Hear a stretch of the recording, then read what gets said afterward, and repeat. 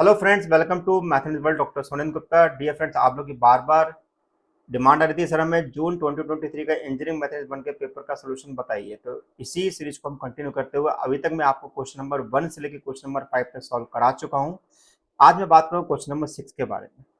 बताओ कि question number 6 में कौन कौन से क्वेश्चन पूछे गए थे, किस यूनिट से पूछे गए थे। तो अगर आप मेरे चैनल पर पहली बार आए हुए हैं, चैनल को सब्सक्राइब कर लीजिएगा, बेल आइकन को प्रेस कर लेगा जिससे कि फर्दर नोटिफिकेशन मिलता रहे। और लाइक करने में जरा सी भी कंजूसी ना करिएगा, फ्रेंड के साथ शेयर जरूर करिएगा। आइए स्टार्ट करते हैं। तो पहले देखते हैं क्वेश्चन नंबर 6 था क्या। क्वेश्चन नंबर 6 में आप देखेंगे कि expand f of x equal to x sine x 0 is less than x less than 2 pi as a Fourier series. अब क्वेश्चन में कई बार आपके मन में सवाल उठता है कि सर हम क्वेश्चन में ये कैसे पहचाने कि हमारा question full range Fourier series का है कि हाफ रेंज फोरियर सीरीज का है। तो मैंने आपको पहले भी बताया हुआ है कि अगर हमें फुल रेंज अगर सीरीज का नाम नहीं लिखा है, यानी कि हमें हाफ रेंज शब्द यूज नहीं किया हुआ है, तो आप समझ जाना क्वेश्चन आपका फोरियर सीरीज से रिलेटिव है, यानी कि फुल रेंज फोरियर सीरीज से रिलेटिव है।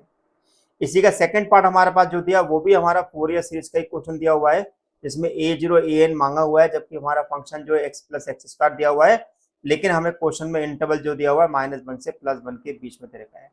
तो मैं आपको बताना चाहूंगा कि पहली बार ऐसा हुआ था कि फोरियर सीरीज से, यानी कि यूनिट नंबर 3 से केवल फोरियर सीरीज के 3 क्वेश्चन आए थे। क्यों मैंने ऐसा बोला? क्योंकि आप देखिए क्वेश्चन नंबर 5 का ये वाला क्वेश्चन भी 7 मार्क्स का आया हुआ है, ये भी 7 मार्क्स का आया हुआ है, और ये भी 7 मार्क्स का आया हुआ है। यानी कि हमारे पास फोरियर सीरीज के 21 नंबर के क्वेश्चन पूछे गए थे। इसके अलावा यूनिट नंबर 3 से एक 7 नंबर का क्वेश्चन ये भी पूछा गया था। ऐसे करके हम ये सब बोले कि यूनिट नंबर 3 से 28 मार्क्स का क्वेश्चन पूछा गया था। तो समझ में नहीं आया था ये पेपर किसने बनाया, क्या सोच के पेपर बनाया हुआ है कि क्वेश्चन कहीं से भी कुछ भी उठा के हमें दे रहे हैं। लेकिन कभी कभी ऐसा होता है। तो अब हम देखते हैं कि भाई क्वेश्चन नंबर 6 किस प्रकार से सॉल्व करेंगे। वीडियो को बिल्कुल भी स्किप मत करना, क्योंकि क्वेश्चन समझ में नहीं आएगा अगर आप वीडियो को स्किप करेंगे। देखिए क्वेश्चन नंबर 6 है क्या। क्वेश्चन नंबर 6 को हम थोड़ा सा यहाँ पर बड़ा कर देते हैं जिससे कि आपको समझने में आसानी होगी। तो देखिए क्या है हमारे पास, एफ ऑफ एक्स दिया हुआ है, x sine x 0 less than x less than 2 पाई दिया। तो देखिए जब भी क्वेश्चन अगर हमारा फुल रेंज फोरियर सीरीज का है, तो ऐसी कंडीशन में उसको कंपेयर करते हैं 2l से। तो हमने 2 पाई को 0 से माइनस किया तो कितना आया 2 पाई, और 2 पाई को 2l से कंपेयर करेंगे तो l की वैल्यू मेरे पास आ जाएगी पाई के बराबर। अब हम जानते हैं कि फोरियर सीरीज और F of x with period 2l का जो फॉर्मूला होता है वो हमारा लिखाता है F of x equal to a0/2 summation n equal to 1 से infinity an cos n pi x upon l summation n equal to 1 से bn sin n pi x upon l। चूंकि क्वेश्चन में l की value मेरे पास पाई आई हुई, जैसे मैं पाई रखूँ तो पाई से पाई कैंसिल हो जाएगा, तो हमारा फॉर्मूला रिड्यूस हो जाएगा f of x equal to a0/2 summation n equal to 1 से इन्फिनिटी an cos nx और समेशन n इक्वल टू 1 से bn sin nx। यानी कि ये मेरे पास इस फोरियर सीरीज में फॉर्मूला लग जाएगा। अब मुझे यहाँ पे क्वेश्चन में निकालना है कि a0 क्या होगा, an क्या होगा, bn क्या होगा। ठीक है। अब a0 का फॉर्मूला होता है 1/l 0 से 2 pi F of X D X. तो मैंने यहाँ पर एफ ऑफ एक्स रख दिया एक्स साइन एक्स। अब यहाँ पर एक्स इंटू साइन एक्स का यहाँ पर यू इंटू बी का रूल लग जाएगा। एक्स साइन का इंटीग्रल होता है माइनस कॉस, एक्स का डिफरेंशियल जो होता है 1, कॉस का इंटीग्रल होता है माइनस साइन। अब जैसे ही मैं पुट करूंगा तो आप ध्यान रखिएगा कॉस 2 पाई की जो वैल्यू होती है, कॉस 2 पाई जो होता है वो हमारे पास कहलाता है 1, और साइन 2 पाई जो होता है वो हमारे पास कहलाता है 0। क्या कहलाता है? 0।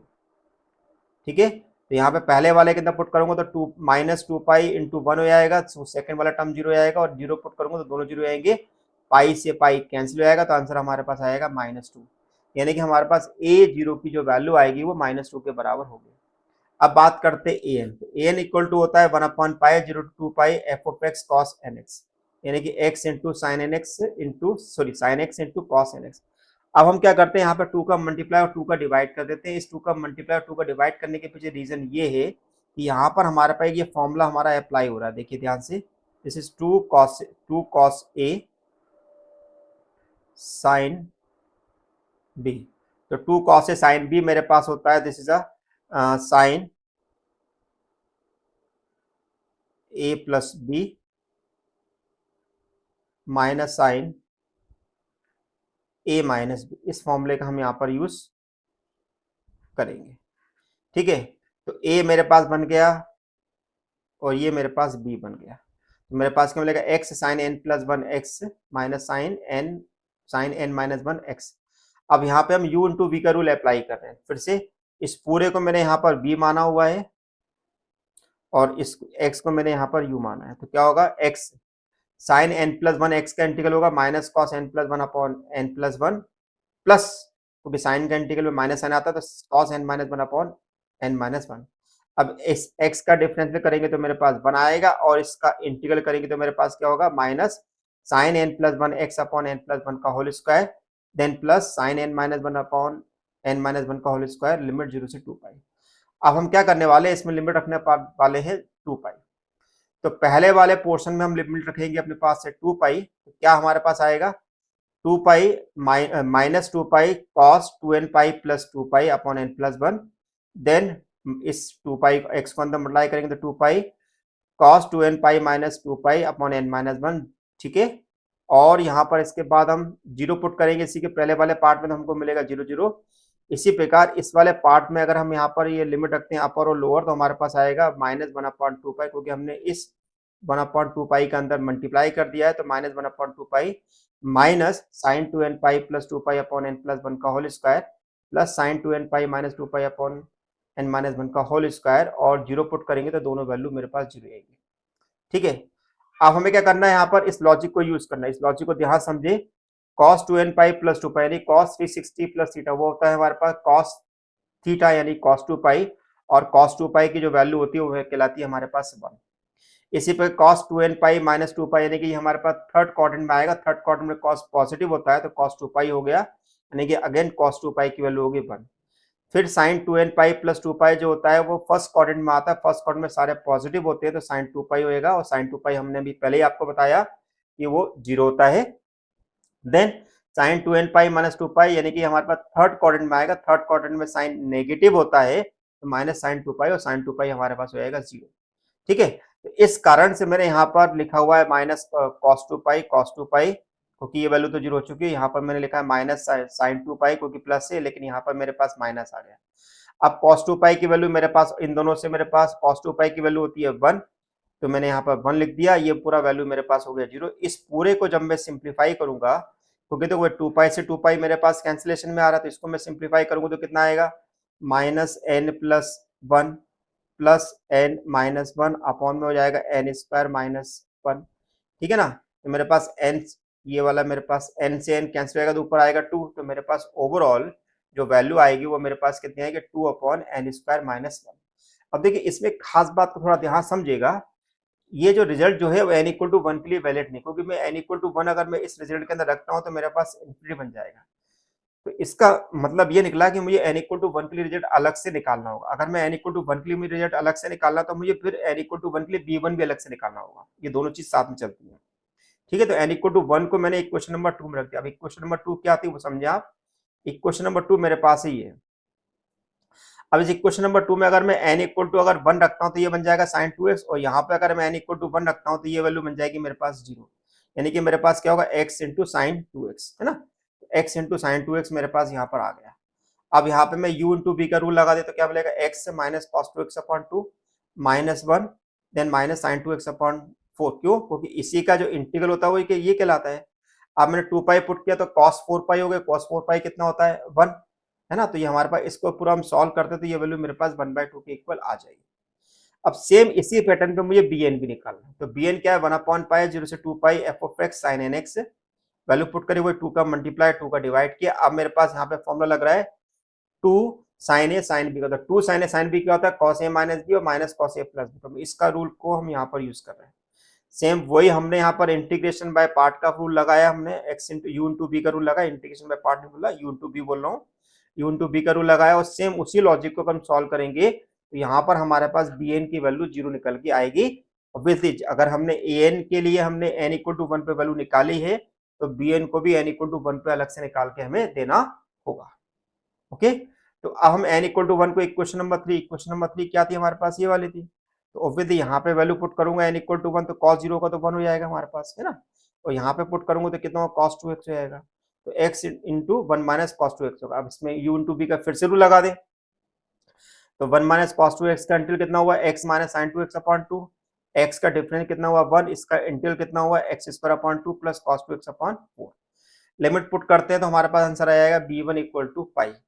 तो अब हमारे पास जितनी भी वैल्यू जो हमारे पास थी, यानी कि जो हमने अपना मेन फॉर्मूला लिखा था इक्वेशन नंबर 1, इस इक्वेशन नंबर 1 में हमें a1 और b1 को अलग से निकाल के लिखना पड़ेगा। अब जैसे a1 अगर मैं यहाँ से लिखना चाहता हूँ तो मैं क्या लिखाएगा a1 cos x, इन बाकी n इक्वल टू के लिए सेम रहेगा। इसी प्रकार यहाँ से अगर लिखना चाहता हूँ n इक्वल टू 1 के लिए कितना लिखेगा b1 sin x। तो अब हमें इन वैल्यू को हमें अलग से निकाल के यहाँ पर लिखना होगा, जो कि मैंने लिखी हुई है F of x equal to a0/2 plus a1 cos x summation n equal to से infinity an cos nx plus b1 sin x and so on. तो a नॉट की वैल्यू कितनी थी मेरे पास -2, तो -2/2 होगा, यानी कि -1 बचेगा। a1 की वैल्यू कितनी आई थी -1/2 आई थी। देखिए मेरे पास a1 की वैल्यू कितनी आई थी, मेरे पास -1/2 आई थी, करेक्ट है। -1/2 को मैंने यहाँ पर रख दिया। देन b1 हमारे पास हो गया, b1 हमारे पास आया था पाई, तो समेशन n इक्वल टू 1 से 2 upon n square minus 1 cos nx और पाई nx, पाई sin nx। इस तरह से हमारा क्वेश्चन सॉल्व होगा। क्वेश्चन थोड़ा लेंथी था, जैसे कि मैंने आपको बताया कि फोरियर सीरीज से 21 मार्क्स से क्वेश्चन आना बहुत बड़ी बात होती है, जो कि मतलब आपका कुछ आपका इंजीनियरिंग मैथमेटिक्स वन में एक one of the toughest topic हम कह सकते हैं, मतलब कि सबसे कठिन टॉपिक हम यहाँ पर इसे कह सकते हैं। चलिए कोई बात, हम इसको क्वेश्चन सॉल्व करते हैं। इसी का बी वाला पार्ट है, find the a0 and an in the function f of x equal to x plus x square expand in the Fourier series defined -1 से +1। अब देखिए क्वेश्चन के अंदर हमारे पास ये बोला नहीं गया है कि हमारा क्वेश्चन हाफ रेंज का है कि फुल रेंज का, चूंकि लिमिट माइनस से प्लस दी हुई है, कंफर्म है कि लिमिट हमारे पास है फुल रेंज फोरियर सीरीज का ही क्वेश्चन हमारे पास होगा। अब हम यहाँ पर an की वैल्यू निकाले, सॉरी 2l की वैल्यू निकालें, 2l हमारे पास क्या होगा, अपर में से लोअर को माइनस करेंगे तो 2 मिलेगा, l को l की वैल्यू निकल के आएगी मेरे पास 1। जनरल फॉर्मूला क्या होता है पीरियड 2l के लिए, f of x equal to a0/2 plus n equal to 1 से an cos n पर x upon l summation n equal to 1 से bn sin n पर x अपॉन l, और l की वैल्यू को मैंने रख दिया यहाँ पर 1। तो मेरे पास हो गया a0/2 n इक्वल टू 1 से an cos n पर x n इक्वल टू 1 से bn sin n pi x। अब क्वेश्चन में केवल मुझे a0 an निकालने को बोला है, bn मुझे नहीं निकालना है, स्पेशली क्वेश्चन में स्पेसिफाई किया है। अब फॉर्मूला क्या होता है a0 1 अपॉन l -1 से +1 f of x 1 upon pi -1 से +1 x प्लस एक्स स्क्वायर, दोनों को मैंने अलग अलग करके लिख दिया x को और x स्क्वायर को। चूंकि क्वेश्चन में लिमिट माइनस से +1 दे रखी है, तो हम यहाँ पे जानते हैं कि x जो होता है ऑड फंक्शन होता है और एक्स स्क्वायर जो होता है इवन फंक्शन होता है, और ऑड फंक्शन पर इंटीग्रल हमेशा 0 होता है, यानी कि ये वाला इंटीग्रल बन जाएगा 0 और दूसरे वाले के अंदर 2 का मल्टीप्लाई आएगा, क्योंकि इवन फंक्शन की प्रॉपर्टी होती है कि अगर -a से +a f of x d x है, क्या है -a से +f of x d x है, और अगर हमारा फंक्शन इवन है तो 2 into 0 to a f of x d x हो जाएगा। Point clear? तो मैंने इसी लॉजिक को यहाँ पर यूज किया हुआ है। तो एक्स स्क्वायर का इंटीग्रल करेंगे तो एक्स क्यू अपॉन 3 होगा, तो मेरे पास आंसर आएगा 2/3। अब नेक्स्ट हम निकालने जा रहे हैं an। अब an का फॉर्मूला क्या हुआ 1/1 हो जाएगा, यानी कि 1/l जो होता है, तो l की वैल्यू बनती है तो माइनस में +1 f of x cos n pi x upon l, वही x प्लस एक्स स्क्वायर, एक बार हम x को इसमें मल्टीप्लाई करेंगे और x स्क्वायर को इसमें मल्टीप्लाई करेंगे, है ना। तो x into cos n x मेरे पास ऑड फंक्शन है और x square to cos n x मेरे पास इवन फंक्शन है। ठीक है, अब आपके मन में एक सवाल और उठ रहा होगा, भाई इवन कब बोल रहे हैं ऑड कब बोल रहे हैं। देखो सिंपल सी बात है, इवन का मतलब ये होता है कि ऐसी टर्म जिसमें x की जगह -x रखने पर, x की जगह -x रखने पर माइनस साइन बाहर हो जाता है। तो ऐसे फंक्शन जो होते हैं वो हमारे पास ऑड की कैटेगरी में आते हैं, है ना। और ऐसे फंक्शन जिसमें x की जगह -x रखने पर माइनस साइन डिसॉल्व हो जाता है, तो वो मेरे पास इवन फंक्शन की कैटेगरी में आते हैं। ठीक है, तो यहाँ पर ये वाला टर्म जो है ये ऑड की कैटेगरी में आ रहा है और ये वाला टर्म जो है इवन की कैटेगरी में आ रहा है, इसलिए इसका वैल्यू जो हो गया 0 हो गया और यहाँ पर मेरे पास 2 इंटू हो गया। अब फिर से यहाँ पर हम क्या करेंगे, फॉर्मूला लगाएंगे यू इंटू बी का, तो X square sine N pi X upon N pi minus X square का डिफरेंशियल 2x, इसका इंटीग्रल जो होगा minus cos N pi X upon N square pi square, then again 2x का differential 2 और इसका integral sine N pi X upon N cube pi cube होगा। 1 put करेंगे तो हमारे पास यहाँ साइन एन पाई बचेगा, यहाँ पर रखेंगे तो माइनस माइनस प्लस जाएगा, तो 2 upon N square pi square cos N pi हो जाएगा। यहाँ पे रखेंगे तो हमारे पास क्या होगा, यहाँ पर मेरे पास माइनस साइन आना चाहिए, है ना, माइनस साइन लिखना चाहिए यहाँ पर। 2 upon N q sine pi q sine q, 0 put करेंगे तो तीनों टर्म मेरे पास 0 है। क्यों? क्योंकि ये एक्स के कारण जीरो जाएगी, ये भी एक्स के कारण जीरो जाएगी और ये साइन के कारण जीरो हो जाएगी। ओके, अब हम क्या करेंगे, साइन एन पाई का मान होता है जीरो, तो ये हो गया जीरो। कॉस एन पाई का मान होता है -1 टू दी पावर एन, और साइन एन पाई फिर से हो गया जीरो, यानी कि आ गया 2/n² pi square -1 to the power n. तो ए निकल के आ गया 4/n² pi square -1 to the power n. तो आसान क्वेश्चन हो गया मेरे पास, ये क्वेश्चन थोड़ा आसान था। तो डियर फ्रेंड्स, आपने देखा कि अभी तक मैं आपको 6 क्वेश्चन सॉल्व करा चुका हूँ। नेक्स्ट लेक्चर में हम देखेंगे क्वेश्चन नंबर 7 के बारे में।